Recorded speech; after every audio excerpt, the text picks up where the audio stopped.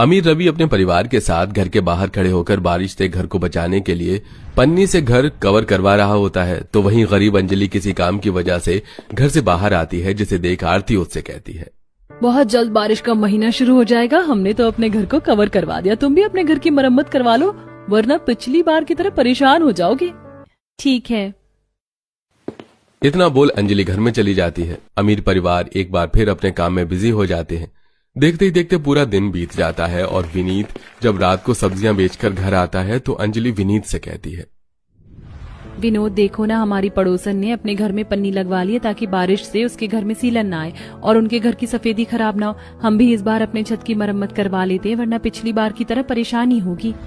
बच्चों के साथ बेड पर बैठी सुमित्रा कहती है, हाँ बेटा, एक बार छत की मरम्मत करवा लेंगे तो कुछ सालों का छुटकारा मिल जाएगा। कोशिश कर रहा हूँ, बहुत जल्द छत की मरम्मत करवा लूंगा। अमीर के पास इतना पैसा है कि वो बरसात आने से पहले ही बरसात से बचने की सारी तैयारी कर लेता है, पर गरीब इतना गरीब होता है कि सोचते सोचते बरसात का मौसम आ जाता है और वो कुछ नहीं कर पाते। फिर एक दिन अमीर परिवार जब घर में टीवी देख रहा होता है तो अचानक से बारिश शुरू हो जाती है और राजू भाग के खिड़की से बारिश को देखने लगता है। पापा देखो ना, बाहर कितनी अच्छी बारिश हो रही, मुझे भी बारिश में नहाना है। आरती देखो ना, बच्चे नहाने की कितनी जिद कर रहे हैं, मैं उन्हें छत पर ले जाता हूँ, जब तक तुम बारिश में गर्मा गर्म पकौड़े बना लो। इतना बोलकर रवि अपने बच्चों के साथ छत पर बारिश में नहाने जाता है और खूब एंजॉय करता है। तो वहीं रसोई में खड़ी होकर आरती खिड़की से बारिश का मजा लिए उनके लिए पकौड़े बनाती है।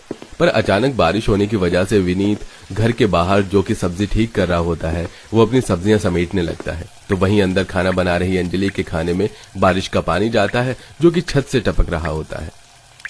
गोलू, पिंकी, जल्दी से भगोना लेकर चूल्हे के पास खड़े हो जाओ, वरना आज खाना नहीं खा पाओगे।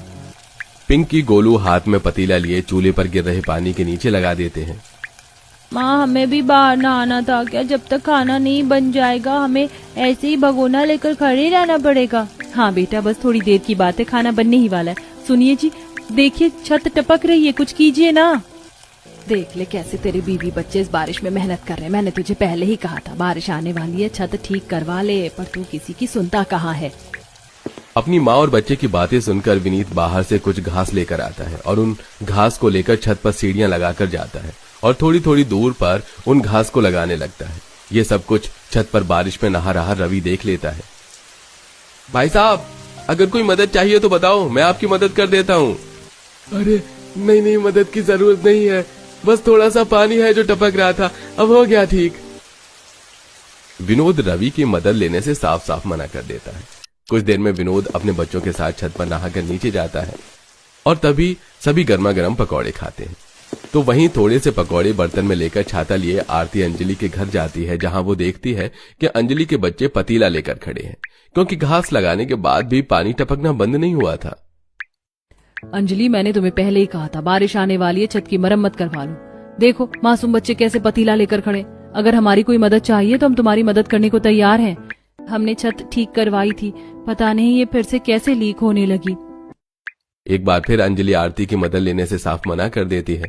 इसी तरह कुछ दिन बीत जाते हैं और एक रात तेज आंधी तूफान चल रहा होता है। गरीब परिवार अपने घर में आराम से बिस्तर लगाकर सो रहा था, तो वहीं अमीर परिवार सोने की तैयारी कर रहा होता है। तभी अचानक से तेज बारिश होने लगती है। अरे बहू रवि, देखो बाहर कितनी तेज बारिश हो रही, कितना अच्छा लग रहा है रात का मौसम। सुनिए जी, बच्चे तो सो गए हैं, मैं अभी गर्मा गर्म चाय बना कर लाती हूँ और कुछ देर हम पकौड़े के साथ बारिश के मजे लेते हैं। इतना बोलकर आरती रसोई में जाती है और चाय पकौड़े बनाने लगती है। तो वहीं गरीब परिवार जब सो रहा होता है तो सुमित्रा के शरीर पर कुछ बूंदें टपकती हैं और उसकी आंख खुल जाती है। तो वो देखती है कि उसके घर की छत टपक